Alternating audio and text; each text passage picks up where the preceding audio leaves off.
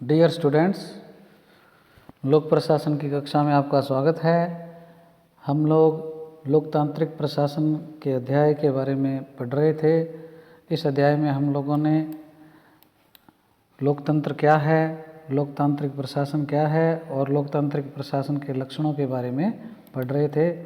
हम लोगों ने लोकतांत्रिक प्रशासन के 8 लक्षणों के बारे में पढ़ लिया था और इसके पश्चात जो शेष लक्षण हैं उसके बारे में हम देखते हैं। लोकतांत्रिक प्रशासन के लक्षणों को आगे बढ़ाते हुए अगला जो लक्षण है वो है सत्ता का विकेंद्रीकरण एवं प्रत्यायोजन, decentralization and delegation of authority. इसमें हम ये बता सकते हैं कि लोकतंत्र शक्ति के केंद्रीकरण का विरोध करता है और विकेंद्रीकरण को प्रोत्साहन देता है। सभी लोकतांत्रिक शासन प्रणालियों में जनता के हित में शक्ति का ज़्यादा से ज़्यादा स्तरों पर विकेंद्रीकरण किया जाता है। ठीक इसी प्रकार प्रशासनिक व्यवस्था जो है उसमें भी प्रशासनिक शक्तियों का अधिकतम अधिकारियों के मध्य विकेंद्रीकरण और प्रत्यायोजन किया जाता है। प्रत्यायोजन आप फर्स्ट ईयर कक्षा में पढ़ भी चुके होंगे कि उच्चाधिकारी के द्वारा अपने जो निम्न अधिकारी है उसको क्या है सत्ता व उत्तरदायित्व जो सौंपना है उसको क्या कहते हैं, हम प्रत्यायोजन कहते हैं, डेलीगेशन कहते हैं।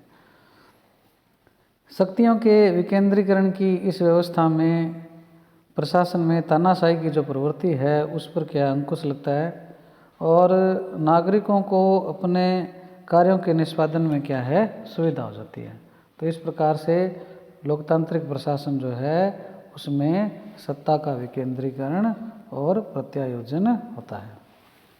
अगला जो लक्षण है वो है राजनीतिक नेतृत्व की सर्वोच्चता, सुपरमेसी ऑफ पॉलिटिकल लीडरशिप।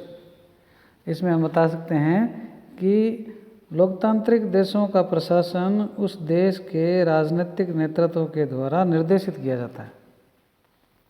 जहां एक और प्रशासन के अधिकारियों की यह जिम्मेदारी या कर्तव्य होता है कि वे राजनेताओं को वस्तुनिष्ठ और निष्पक्ष परामर्श प्रदान करेंगे, और दूसरी ओर वे राजनेताओं का यह कर्तव्य होता है कि वे प्रशासन व राजनीति के सर्वोच्च नियंता होने के कारण प्रशासन का इस प्रकार से निर्देश करे कि उनकी क्षमता, दक्षता, दूरदृष्टि, आत्मविश्वास और मनोबल जो है वो निरंतर बना रहे। लोकतांत्रिक प्रशासन में प्रशासन तंत्र इस बात को स्वीकार करके चलता है कि उन्हें राजनीतिज्ञों के निर्णयों का अधीनस्थ रहते हुए पालन और आदर करना है। वास्तव में प्रशासकों का कार्य राजनेताओं को निष्पक्ष परामर्श देने का होता है और इस परामर्श के बाद जो भी निर्णय लिया जाता है उस निर्णय का चाहे वह उनकी सलाह के विपरीत ही क्यों ना हो उन्हें निष्ठा से पालन करना होता है। तो इस प्रकार से क्या है प्रशासक जो है वो अपने राजनीतिक जो आका है या जो नियंत्रक हैं उनको क्या है वो परामर्श देते हैं, निष्पक्ष परामर्श देते हैं, और उनके जो परामर्श दिया गया है यदि उस परामर्श से विपरीत भी यदि कोई उनका निर्णय हो तो उनका काम क्या है उसको क्या है स्वीकार करना है, उसको निष्ठा से पालन करना है।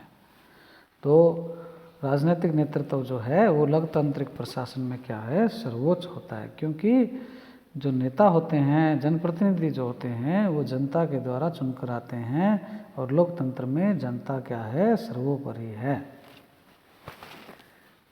इसके पश्चात जो अगला लक्षण है वो है प्रशासन की राजनीति से तटस्थता, न्यूट्रलिटी फ्रॉम पॉलिटिक्स। इसमें हम कह सकते हैं कि सभी लोकतांत्रिक देशों में प्रशासन का जो संचालन है उसको करने वाले अधिकारी और जो कर्मचारी जो हैं वो राजनीति से क्या है दूर रहते हैं, अर्थात तटस्थ रहते हैं। प्रशासकों के जो आचरण के नियम हैं, जो CCA रूल्स हैं, कोड ऑफ कंडक्ट रूल जो हैं, उसमें भी क्या है समस्त श्रेणी के चाहे प्रशासक है, कर्मचारी है, उनसे ये क्या अपेक्षा करती है CCA रूल कि वे राजनीति में सक्रिय भाग नहीं लेंगे, किसी राजनीतिक दल के क्या है वो सदस्य नहीं बनेंगे और न ही कोई आर्थिक अंशदान करेंगे। आचरण के जो ये सिद्धांत हैं, यदि कोई भी अफसर या प्रशासक या कोई भी कार्मिक उल्लंघन करता है तो उसके विरुद्ध क्या है, अनुशासन की जो कार्रवाई है, अनुशासनात्मक कार्रवाई जो है वो क्या है, अमल में ली जाती है।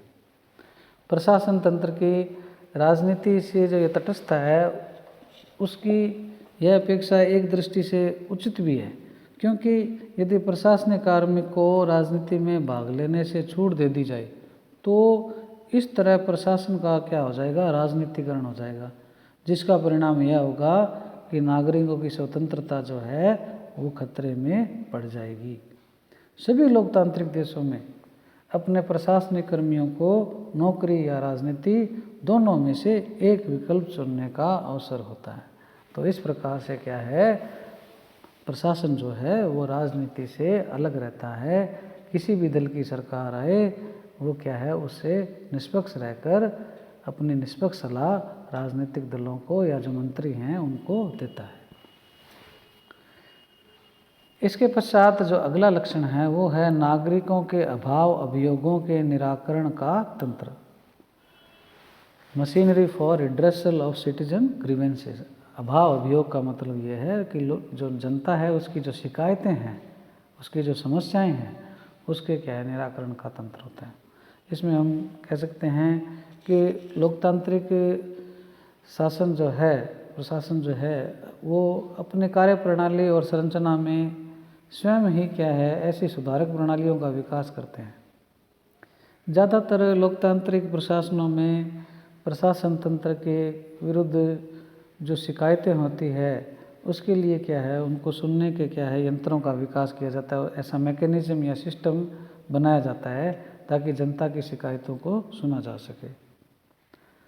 प्रशासकीय न्यायाधिकरण है, लोकपाल व लोकायुक्त है, सतर्कता आयोग है तथा भ्रष्टाचार निरोधक विभाग हैं। ये ऐसे प्रशासकीय उपकरण हैं या तंत्र हैं जहां नागरिक प्रशासन व राजनीति के एक पक्षीय जो निर्णय हैं उसके विरुद्ध क्या है, अपनी शिकायत प्रस्तुत कर सकता है। लोकतांत्रिक देशों का शासन या प्रशासन न केवल नागरिकों की जो अभाव अभियोग हैं, शिकायतें हैं, उसको सुनने वाले एक व्यापक तंत्र की स्थापना करता है, बल्कि वो ये भी जानते हैं कि प्रशासन की नागरिकों के मस्तिष्क में क्या है, अच्छी छवि बने। इसके लिए क्या है, ये ज़रूरी है कि उनकी शिकायतों का क्या है, समुचित और शीघ्र निस्तारण किया जाए। प्रशासन की जो उज्जवल छवि है वो राजनीति और राजनेताओं के भविष्य के लिए क्या है, एक अनिवार्यता मानी जाती है। तो इस प्रकार से क्या है, जनता की जो शिकायतें हैं उसका निराकरण करने का एक बढ़िया सिस्टम लोकतांत्रिक प्रशासन में होना जरूरी है। इसके पश्चात अगला जो लक्षण है वो है कार्मिक संगठनों को मान्यता, रिकॉग्निशन टू एम्प्लॉय ऑर्गेनाइजेशंस। इसमें हम बता सकते हैं कि प्राय सभी देशों में प्रशासन में कार्य करने वाले कर्मचारियों को उनके अपने संघ बनाने की, यूनियन बनाने की अनुमति प्रदान की जाती है। प्रशासन में कार्य करते हुए विभिन्न वर्गों के कर्मचारी आपस में एक विशेष किस्म का सौहार्द और भाईचारा अनुभव करने लगते हैं। उन सभी लोगों की समान प्रकार की क्या होती है, समस्याएं होती है और वे सभी अपने आप को सरकार के कार्मिक समझते हैं। इन समान प्रकृति की समस्याओं के समाधान और निराकरण के लिए तथा अपने सभी सदस्यों के हितों के संवर्धन के लिए वे क्या है, अपना एक संगठन बना लेते हैं। लोकतांत्रिक शासन ऐसे कार्मिक संगठनों को उदारतापूर्वक मान्यता भी प्रदान करता है। तो इस प्रकार से क्या है, जो एम्प्लॉय यूनियन है उसको क्या है, लोकतांत्रिक प्रशासन में मान्यता मिली होती है। इसके पश्चात जो अगला लक्षण है वो है प्रशासन में जनता की अधिकतम सहभागिता, maximum participation of people in administration. इस लक्षण में हम कह सकते हैं कि प्रशासनिक कार्यों में यदि जनता सहभागी न बने तो शासन की उत्कृष्ट नीतियां, बढ़िया से बढ़िया नीतियां भी क्या हो जाएगी, असफल हो जाएगी।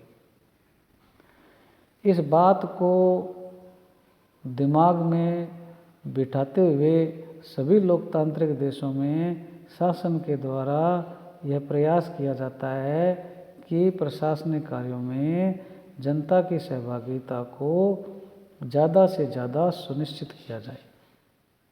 भारत जैसे लोकतांत्रिक देश में पंचायती राज की विभिन्न संस्थाएं हैं जो उनके माध्यम से, और जिला स्तर पर जो जनप्रतिनिधि है उनके द्वारा, उनके माध्यम से विभिन्न विकास योजनाएं जो हैं बनी हुई, उनके क्रियान्वयन के लिए निर्मित समितियां जो है उसके माध्यम से क्या है, जनता की प्रशासनिक कार्यों में क्या है, सहभागिता को ज़्यादा से ज़्यादा प्राप्त करने का प्रयास किया जाता है।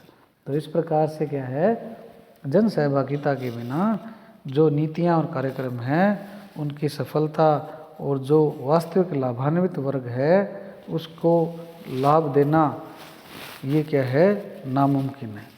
तो इसलिए क्या है, जनता की जागरूकता और जनता की जो सहभागिता है वो बहुत ज़रूरी है।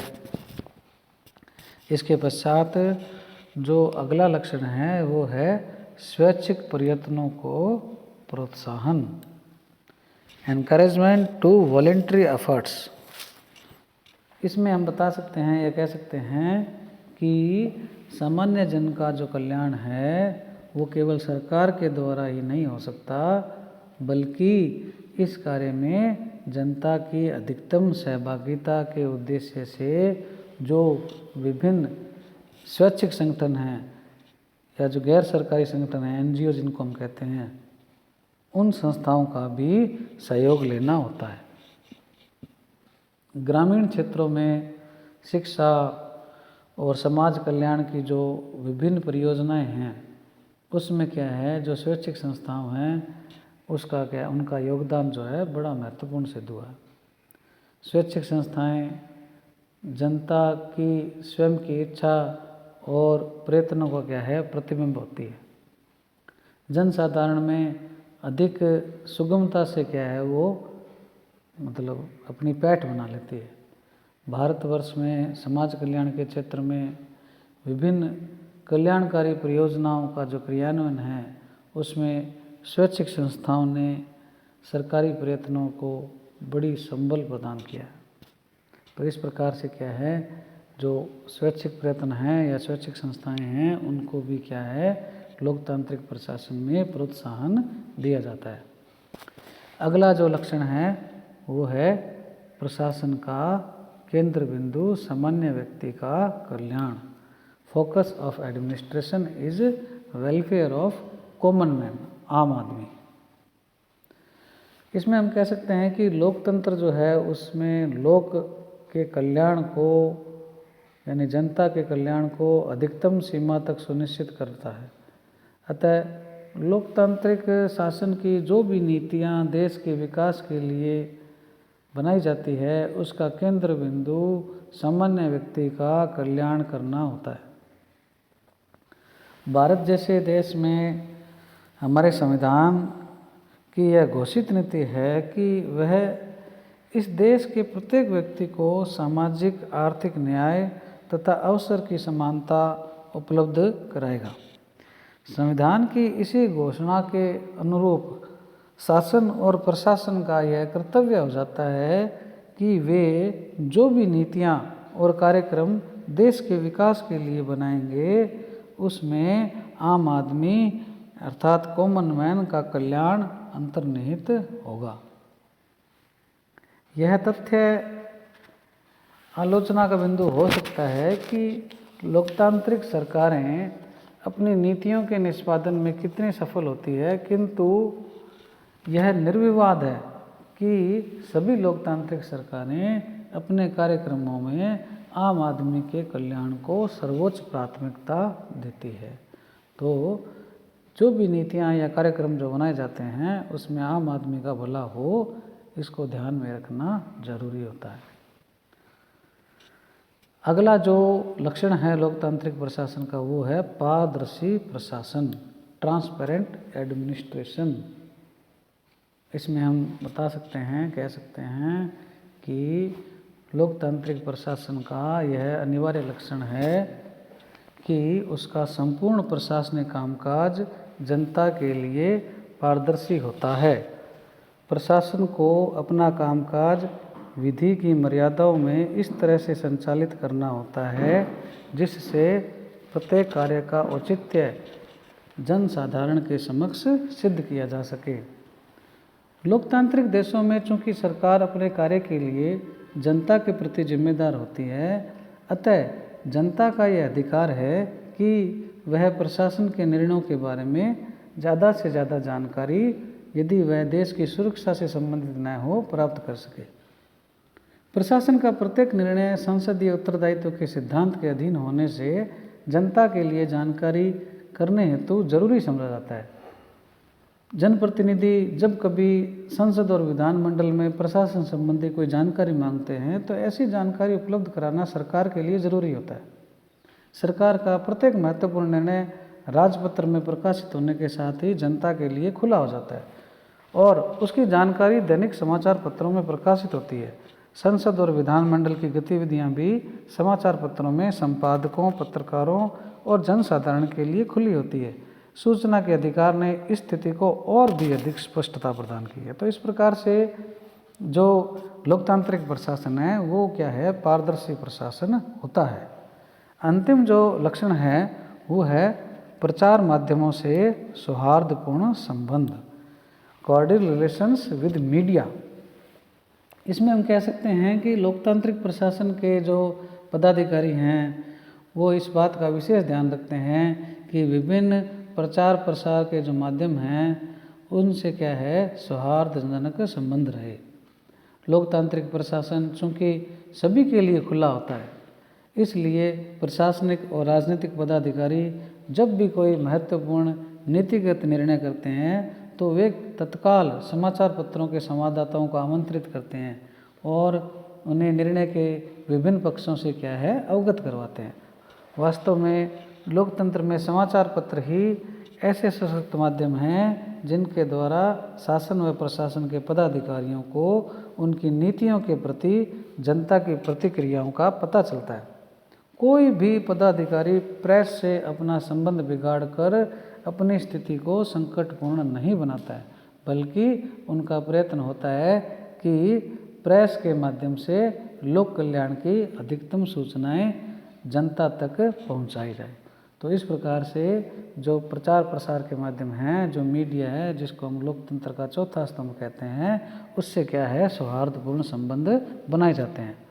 अंत में लोकतांत्रिक प्रशासन के जो ये लक्षण हमने पढ़े हैं तो हम निष्कर्ष निकाल सकते हैं कि किसी भी लोकतांत्रिक देश में उसके प्रशासन तंत्र की चाहे प्रकृति कैसी हो, उसके कार्यकरण के क्या मानदंड हो, यदि हम एक वाक्य में लोकतांत्रिक प्रशासन के लक्षण को व्यक्त करना चाहें तो कह सकते हैं कि लोकतांत्रिक प्रशासन संविधान और विधि की सीमाओं में रहते हुए जनसाधारण के कष्टों के प्रति संवेदनशील और जवाबदेह होता है और वह अपने कार्यकरण में आम आदमी के कल्याण को सर्वोच्च महत्व देता है।